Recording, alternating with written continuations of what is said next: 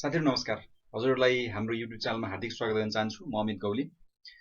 साथीहरूले यो सलह किराको बारेमा त अहिले सञ्चार माध्यमहरूबाट सुनिरहनु भएको होला र नेपालमा पनि सलह किरा भित्रिसकेको छ र बाराको निजगढ र सर्लाहीको नवलपुरमा यो सलह किरा पहिलोचोटि नेपालमा भेटिएको थियो र यसको पुष्टि गरेको थियो कृषि तथा पशुपन्छी विकास मन्त्रालयले। तर अहिले तराईको एरियाबाट यो बिस्तारै बिस्तारै पहाडी इलाकातिर पनि सरिसकेको छ र धेरै ठाउँमा यो देखिसकेको भनेर पनि कुराहरू आइरहेका छन्।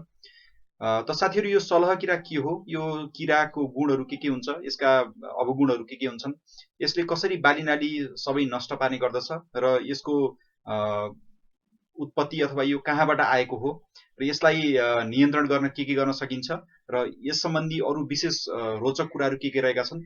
यो भिडियो आज यही विषय सम्बन्धित रहेको छ र आशा छ हजुरलाई यो भिडियो मनपर्ने छ र यदि मन परेको खण्डमा यो भिडियोलाई सेयर गर्नुहोला, लाइक र कमेन्ट पनि गर्न सक्नुहुन्छ र हाम्रो च्यानललाई पनि सब्स्क्राइब गर्न नबिर्सिनु होला। आउनुहोस् आजको भिडियो हामी यो सलह किरा यानि कि लोकस्टको यो भिडियो आजको हामी सुरु गरौँ। Locust attack. पहले हम थोड़ा लोकस्ट के बारे में जान लेते हैं। लोकस्ट एक ऐसा इंसेक्ट है दोस्तों जो ग्रास हॉपर और क्रिकेट इंसेक्ट से काफी सिमिलर है। इनफैक्ट ये तीनों इंसेक्ट सेम फैमिली को बिलोंग करते हैं। लोकस्ट आमतौर पे डेजर्ट के रीजन्स में पाए जाते हैं और खास बात यह है इसके बारे में कि as compare to grasshopper और एज कंपेयर टू क्रिकेट ये दो फेजेस में एग्जिस्ट करता है। दो रूप हैं इसके, जो कि ग्रास हॉपर और क्रिकेट में नहीं होता नॉर्मली। रूप क्या है इसके कि जब ये अकेला मौजूद होता है तो ये कुछ ऐसा दिखता है, इसे कहा जाता है सॉलिटरी फेज। लेकिन अगर ये क्राउड में मौजूद होते हैं और एनवायरमेंटल कंडीशंस अगर सही होती हैं, जैसे कि बारिश हुई है अभी और सॉइल वेट है, पेड़ पौधे उगे हुए हैं, तो ये कुछ अपना पूरा रूप ही बदल डालते हैं। ये ऐसे दिखते हैं, फिर इसे कहा जाता है ग्रेगेरियस फेज। और ये जो रूप बदलना है इनका दोस्तों, इसमें सब कुछ बदल जाता है। इनके बिहेवियर, इनकी हैबिट्स, इनकी अपीयरेंस सब कुछ अलग है सॉलिटरी फेज में और ग्रेगेरियस फेज में। तो एक तरह से ये समझ लो कि बेसिकली पोकेमॉन का जैसे एवोल्यूशन होता है उसी तरह से ये विकसित हो जाता है एक दूसरे फेज में अगर एनवायरमेंटल कंडीशन सही होती हैं तो सॉलिटरी फेज वाले से हमें कोई प्रॉब्लम नहीं है। प्रॉब्लम होती है जब ये क्राउड में एग्जिस्ट करते हैं और ये ग्रेगेरियस फेज के होते हैं, ये येलो और ब्लैक कलर के दिखते हैं। ग्रेगेरियस फेज में इनकी ईटिंग हैबिट्स बदल जाती हैं, ज्यादा खाना खा सकते हैं, ज्यादा वैरायटी का खाना खा सकते हैं, इनकी एंड्योरेंस बढ़ जाती है, इनकी मूवमेंट ज्यादा रैपिड हो जाती है और यहां तक कि इनका ब्रेन का साइज भी बड़ा हो जाता है। और इंटरेस्टिंग चीज ये है कि ये सॉलिटरी फेज से ग्रेगेरियस फेज में कभी भी ट्रांसफॉर्म कर सकते हैं at any point of time in their life, as long as environmental condition उसके लिए सही है। तो इन्वायरमेंटल कंडीशन क्या होनी चाहिए कि बारिश हुई हो अभी और सॉइल मॉइस्ट हो और आसपास बहुत सारी वेजिटेशन मौजूद हो। और ग्रेगेरियस फेज में ही टिड्डियों के झुंड बनते हैं, इनके स्वॉर्म्स क्रिएट होते हैं और ये स्वॉर्म्स जहां से भी गुजरते हैं सब डिस्ट्रॉय कर देते हैं, क्योंकि जैसा मैंने आपको बताया इनकी ईटिंग हैबिट्स इतनी ज्यादा बदल जाती हैं कि ऑलमोस्ट हर चीज खा सकते हैं। Leaves, shoots, flowers, fruit, seeds, stems, bark सब खा सकते हैं। ऑलमोस्ट हर टाइप का क्रॉप, नॉन क्रॉप, चाहे आपके गेहूं हो, घास हो, कोई फ्रूट ट्री हो, डेट पाम्स हो, सब खा सकते हैं। तभी जहां से गुजरेंगे वहां पर पूरी तरह से डिस्ट्रक्शन हो जाती है। सबै खाँदो रहेछ एक टिड्डियों का झुंड, एक स्वॉर्म आखिर कितना बड़ा हो सकता है? कीनिया में दोस्तों जो 2020 में स्वॉर्म पाया गया था वो 40 किलोमीटर बाय 60 किलोमीटर डायमेंशन का था।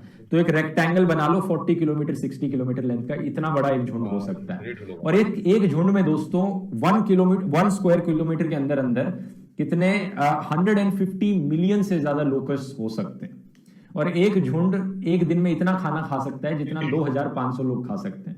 तो आप स्केल सोच सकते हो इसका कितना बड़ा है, कितनी ज्यादा इससे डिस्ट्रक्शन हो सकती है। और इसी रीजन से दोस्तों कहा जाता है कि टिड्डियां एक ऐसी एनिमल स्पीशीज है जिसका इकोनॉमिक इंपैक्ट सबसे ज्यादा है पूरी धरती पर as compare to any other animal species. आप देख सकते हैं किन रीजन्स में होती हैं, अफ्रीका, मिडिल ईस्ट और पाकिस्तान और जो वेस्ट इंडिया का पार्ट है। यहां पर डेजर्ट ज्यादा मौजूद है तभी वहां पर ज्यादा पाई जाती है और यहां इन्हीं एरियाज में इतनी ज्यादा डिस्ट्रक्शन करती हैं। आज के दिन जो टिड्डियों का हमला हो रहा है हमारे देश में, पिछले 27 ईयर्स में वर्स्ट लोकस्ट अटैक है जो देखा गया है इंडिया में। आखिरी बारी 1993 में इतनी बुरी हालत हुई थी, लेकिन ये कोई रिसेंट चीज नहीं है दोस्तों। Through out the human history हजारों सालों से ये लोकस्ट अटैक्स होते आ रहे हैं। यहां तक कि एंशिएंट इजिप्शियंस ने भी अपने टूम्स में लोकस्ट को ड्रॉ किया था, जिससे पता लगता है कि उस जमाने में भी लोकस्ट अटैक्स होते थे। उन टूम्स की डेट इन्होंने देखी गई है कि 2400 बीसी के अराउंड। इसी रीजन से दोस्तों कई रिलीजियस टेक्स्ट में भी इन्हें मेंशन किया गया है, जैसे कि बाइबल में, कुरान में लोकस्ट प्लेग्स का मेंशन किया गया है। और कहा जाता है, माना जाता है कि बाइबल में जिस लोकस्ट प्लेग का मेंशन किया गया है वो एक्चुअली में रियलिटी में इजिप्ट में हुआ था इन अराउंड 1400 BC। तो एक बहुत ही पुराने जमाने से चली आ रही प्रॉब्लम है। लेकिन आज जो लोकस्ट अटैक हो रहा है दोस्तों, इसके पीछे इनडायरेक्टली क्लाइमेट चेंज को रिस्पॉन्सिबल माना जाता है। क्लाइमेट चेंज एग्जैक्टली कैसे हुआ ये, इसका सीक्वेंस ऑफ इवेंट्स बड़ा इंटरेस्टिंग है। क्लाइमेट चेंज की वजह से जो इंडियन ओशन है वो ज्यादा गर्म हो रहा है, और ओशन गर्म होने की वजह से बारिश और ज्यादा एक्सट्रीम हो जाती है। तो ईस्ट अफ्रीका में जो लेट 2019 का टाइम था, दिसंबर 2019 के अराउंड बहुत तेज बारिश आई, इनफैक्ट फ्लड्स भी आए। ईस्ट अफ्रीका में क्या आता है, कीनिया, युगांडा, इथोपिया, सोमालिया, इन कंट्रीज में बहुत बुरे फ्लड्स आए थे दिसंबर 2019 में। आप देख सकते हैं कितने लोग अफेक्ट हुए इन फ्लड्स से। फ्लड्स की वजह से, इतनी तेज बारिश की वजह से राइट एनवायरमेंटल कंडीशंस क्रिएट हो जाती हैं लोकस के लिए। जैसा वीडियो में मैंने पहले आपको बताया था, मिट्टी वहां पर मॉइस्ट होगी, इतनी सारी वेजिटेशन होगी आसपास इतनी बारिश की वजह से, तो लोकस के लिए ब्रीडिंग का बहुत अच्छा मौका है और ग्रेगेरियस फेज में बदलने का बहुत अच्छा मौका है। तो बहुत ही बड़ी संख्या में लोकस ब्रीड किए वहां पर, और एक प्लेग आ गया ईस्ट अफ्रीका में। तो फरवरी 2019 के अराउंड ईस्ट अफ्रीका में एक बहुत बड़ा प्लेग आया लोकस का। उसके बाद ये जो लोकस का झुंड था, टिड्डियों का झुंड था, ये ईस्ट की तरफ गया, उसके बाद ईरान में आया, ये पाकिस्तान में आया, और अब मई तक आते आते ये प्लेग इंडिया की तरफ आ रहा है। ऊपर से अभी जो बंगाल में साइक्लोन आया था, उस साइक्लोन की जो विंड्स थी वो इस तरह से इस डायरेक्शन में ब्लो कर रही थी कि वो इस टिड्डियों के झुंड को और इंडिया की तरफ ले आ रही थी। नॉर्मली इतना आता नहीं, लेकिन उस साइक्लोन की वजह से और भी ज्यादा इस डायरेक्शन में आ रहा था कि आज के दिन मध्य प्रदेश, उत्तर प्रदेश, राजस्थान, दिल्ली, हरियाणा में इससे एक बहुत बुरा असर पड़ रहा है। तो अब सवाल यहां पर ये उठता है कि क्या सॉल्यूशंस हैं इस लोकस प्लेग से फाइट करने के। पहला और सबसे कॉमन सॉल्यूशन जो आज के दिन ज्यादातर कंट्रीज में अपनाया जाता है वो ये है कि सिंपली आप पेस्टिसाइड या इंसेक्टिसाइड छिड़क दो इनके ऊपर, या तो ग्राउंड पर या हवा में हेलीकॉप्टर से जाकर आप पेस्टिसाइड छिड़क दो और ये मर जाएंगे। अब इस सोल्यूशन में प्रॉब्लम यह है दोस्तों कि इसके काफी नेगेटिव इंपैक्ट होते हैं। पेस्टिसाइड छिड़कने से इन जनरल एनवायरनमेंट पर एक नेगेटिव इंपैक्ट पड़ता है, लोगों पर, लोगों के खाने में और बाकी चीजों में भी एक नेगेटिव इंपैक्ट पड़ता है, और आपको बहुत भारी मात्रा में पेस्टिसाइड छिड़कना पड़ता है जिससे कि आपको कोई इफेक्ट दिखे।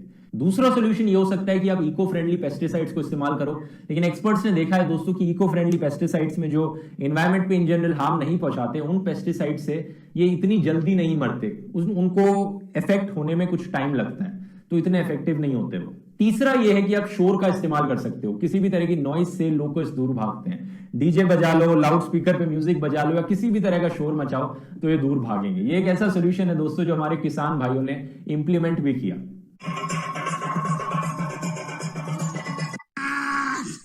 आवाज लेकिन प्रॉब्लम इस सॉल्यूशन की बड़ी ऑब्वियस है, ये सिर्फ एक शॉर्ट स्केल पर ही इंप्लीमेंट किया जा सकता है, और आप एक जगह से दूर भगाओगे टिड्डियों को तो वो कहीं दूसरी जगह जाकर हमला कर देंगे। लेकिन एक और दोस्तों बहुत ही यूनिक और इंटरेस्टिंग सॉल्यूशन है जो पाकिस्तान में टेस्ट आउट किया गया। पाकिस्तान के ओकारा डिस्ट्रिक्ट में एक छोटे से स्केल पे सॉल्यूशन टेस्ट आउट किया गया। बेसिकली इन्होंने किसानों को कहा कि आप ट्रैप करो इन टिड्डियों को और कलेक्ट करके हमें लाकर बैग में दो, हम इसके बदले आपको पैसे देंगे, और हम इन टिड्डियों को मिल करके इन्हें चिकन फीड में इस्तेमाल करेंगे, यानी चिकन्स को खाना खिलाने में। चिकन्स का बेसिकली ये खाना बन जाएंगे, क्योंकि ये बहुत अच्छा प्रोटीन सोर्स होते हैं दोस्तों टिड्डियां। अब ये सोल्यूशन बहुत ही इनोवेटिव है, सोचकर देखो, किसानों को भी मुनाफा मिल रहा है, यहाँ पर पैसे मिल रहे हैं कलेक्ट करने के इनके बदले, और यहाँ पर भी मुनाफा जनरेट हो रहा है जब चिकन्स को एज अ फीड इस्तेमाल किया जा रहा है। इस सोल्यूशन को इंप्लीमेंट करने के लिए दोस्तों यहाँ पर क्रेडिट जाता है मोहम्मद खुर्शीद को, एक सिविल सर्वेंट है पाकिस्तान में ministry of national food security and research में, और जोहार अली एक biotechnologist Pakistan agriculture research council के।